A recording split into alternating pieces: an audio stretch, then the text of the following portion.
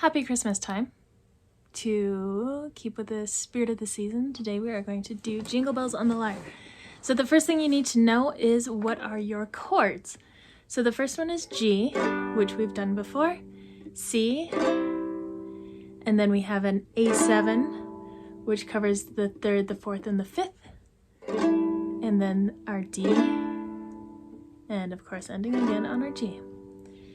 The strum pattern is 1 and 2, 3 and 4. You can switch it up a little bit or just keep with this strum pattern for the whole song.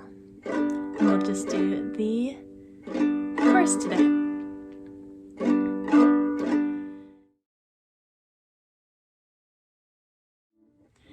Jingle bells, jingle bells, jingle all the way. Oh, what fun it is to ride in a one-horse open sleigh. Jingle bells, jingle all the way. Oh, what fun it is to ride in a one-horse open sleigh.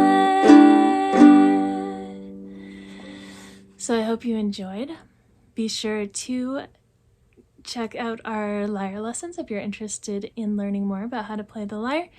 And there are links in the description below. And we'll see you in the courses. And be sure to have a wonderful holiday season. See you next time.